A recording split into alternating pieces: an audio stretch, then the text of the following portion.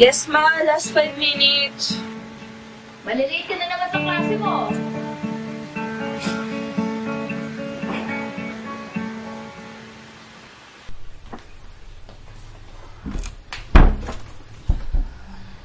Good morning, ma.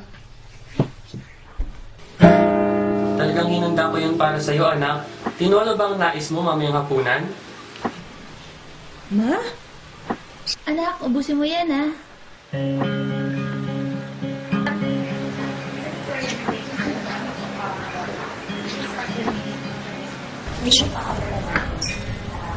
Kaya ba kayo nag-start? Hindi na ka ni sir. Oh! Binibining ka sada. Bakit ka nawalan sa klase? Sino yan? Bakit siya yung prof natin? Lakas ang boses mo. Marinig ka ni sir. Wait lang. Nahihilo ko. Binibining ka sada?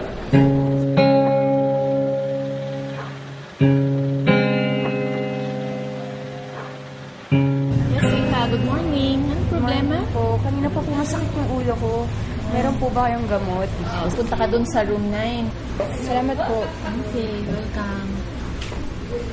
Kayo po, yun po.